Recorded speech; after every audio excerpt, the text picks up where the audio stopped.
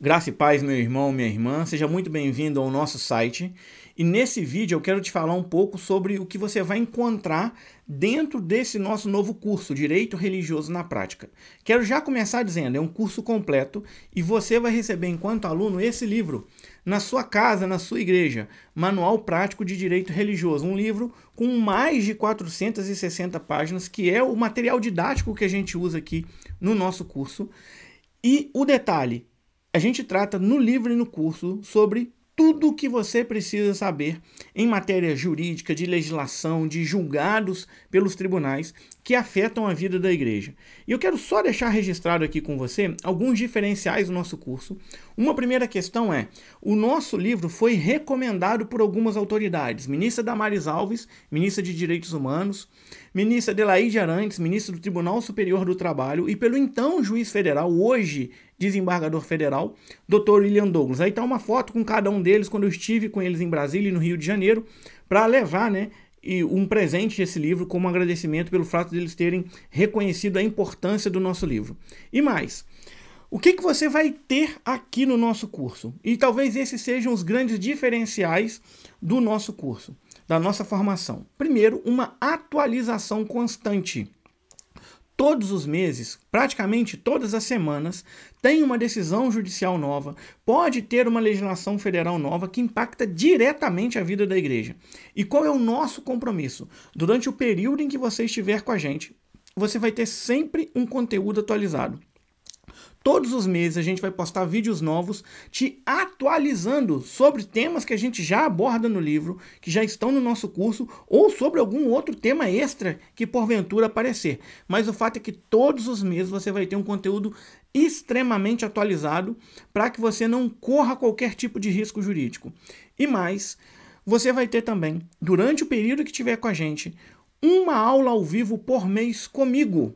Essa aula vai ter uma duração entre 2 e 3 horas e o nosso grupo de alunos, todos vamos participar via Zoom dessa aula ao vivo. E nessa aula você vai poder de fato tirar dúvidas comigo sobre o conteúdo do nosso curso, sobre alguma coisa que você tem dúvidas de como aplicar diretamente na sua igreja. Você vai ter essa oportunidade. Então preste atenção, uma atualização constante e aulas ao vivo comigo. O nosso grupo de alunos tendo aula comigo uma vez por mês para tirar suas dúvidas diretamente, pessoalmente comigo nessa reunião. E aí eu só quero trabalhar com você aqui, apresentar para você alguns temas que a gente aborda dentro do nosso curso. Primeiro, laicidade estatal. Você já deve ter percebido que todas as vezes que a religião vai se postar na esfera pública falando sobre algum tema, aborto, casamento homossexual, legalização de drogas e qualquer outro tema, já reparou que sempre tem alguém que levanta e diz: ah, mas o Estado é laico e a religião não pode se manifestar, a igreja não pode se manifestar? Pois é, o que eu quero te ensinar aqui no curso é o verdadeiro argumento do Estado laico e o que de fato é um Estado laico, que não é esse Estado que joga a religião para debaixo do tapete como se a gente, como se os religiosos não pudessem se manifestar na esfera pública.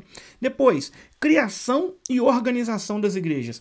Vou te falar sobre temas que você deve pensar para inserir no seu estatuto, como obter o CNPJ, questões relacionadas à membresia, menores de idade, disciplina eclesiástica, como operacionalizar uma disciplina eclesiástica dentro dos parâmetros do estatuto e da legislação.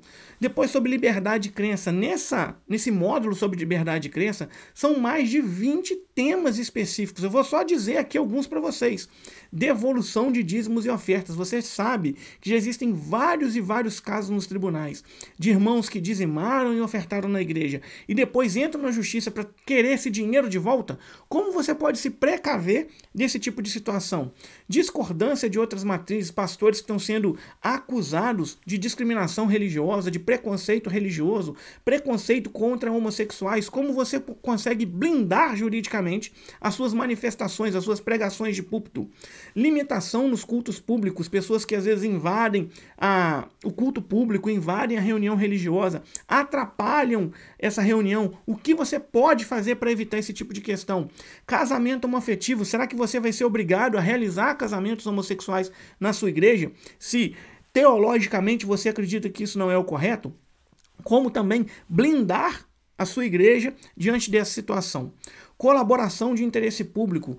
Lembra que esse Estado laico não é esse Estado que joga a religião para debaixo do tapete? Então, como eu posso formular, então, um projeto de parceria com o poder público, eventualmente até recebendo dinheiro do poder público para colocar esse projeto em prática? Como funciona essa colaboração de interesse público? Essa Lei 13.019 de 2014. E mais, imunidade tributária. Como eu faço para não fazer pagamento de impostos na minha igreja? Imposto de renda, IPTU, ISS, e, gente, uma série de impostos que eu não preciso, enquanto igreja, realizar o pagamento por conta da imunidade tributária. Você vai aprender como conseguir essa imunidade tributária, o reconhecimento dela e não pagar por esses impostos.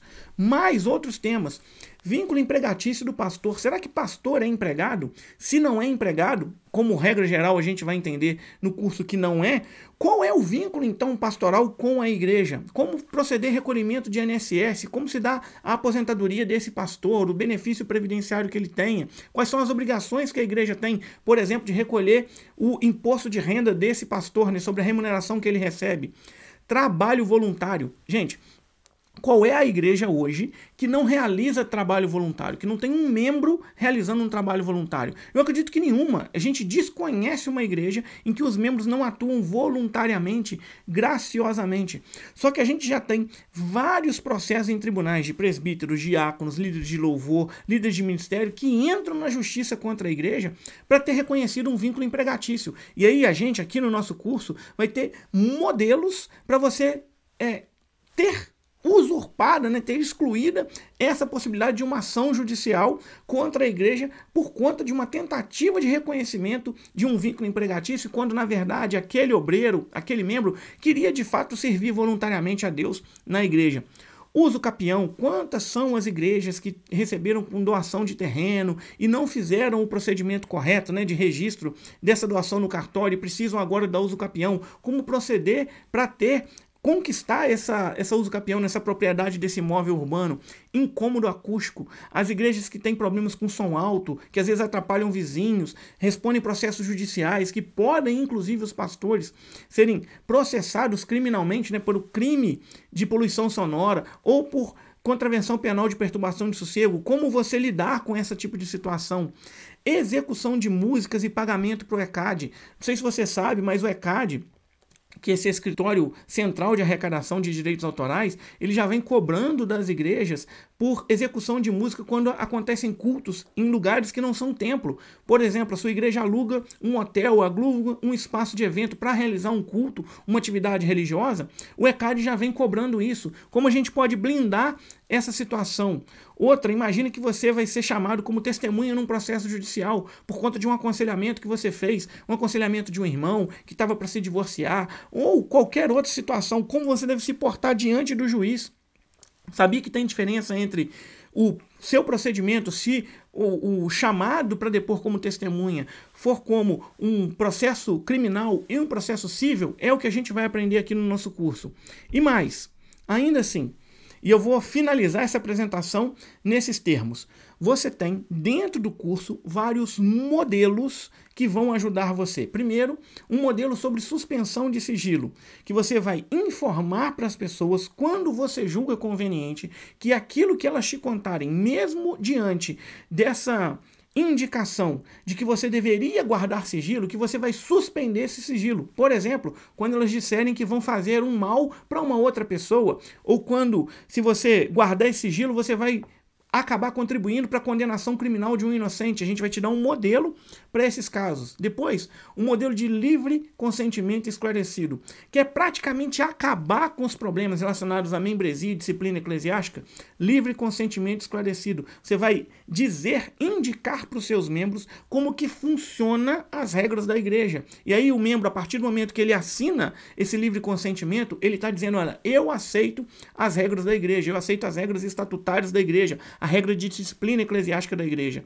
Depois, um modelo sobre participação de menores. Olha o problema que você pode ter de receber um menor por batismo, por profissão de fé, e um dos pais não ser membro da igreja. E aí, eventualmente, a igreja ser processada porque recebeu o menor num ato religioso que os pais não estavam de acordo. Então também tem um modelo sobre essa autorização dos pais para a participação de menores. E depois, modelo sobre voluntariado. Como eu disse para você, praticamente excluir a chance da sua igreja sofrer um processo judicial e ser condenada por pessoas que eram voluntárias na igreja. E por que eu digo praticamente? Porque sempre no direito pode haver uma interpretação divergente de um juiz e a gente no direito não tem como garantir, porque a gente não sabe qual é a decisão judicial. Mas o que a gente vai fazer aqui é preparar você, municiar você, o seu ministério, com todos os argumentos jurídicos necessários para que você, de fato, não sofra em um processo judicial, que você blinde a sua igreja estatutariamente e legalmente falando. E mais, se você é um advogado e quer advogar para a igreja, o curso também é para você. A gente não fica usando termos técnicos, porque o curso é de fato voltado para o leigo, para o líder religioso que não tem formação jurídica, mas você vai ter acesso a tudo aquilo que você precisa saber, toda a interpretação possível para você, de fato, advogar para a igreja, ser um consultor jurídico para as igrejas. Esse é o vídeo de apresentação, tem muita informação ainda na página, no nosso site. Você fique à vontade para acessar e venha conosco, porque de fato o curso é muito importante e está num preço extraordinário, ainda mais considerando que você vai receber aula ao vivo, atualização constante e o nosso livro impresso na sua casa e na sua igreja. Participe conosco, vem porque vai ser bênção na sua vida. Que Deus te abençoe, até mais!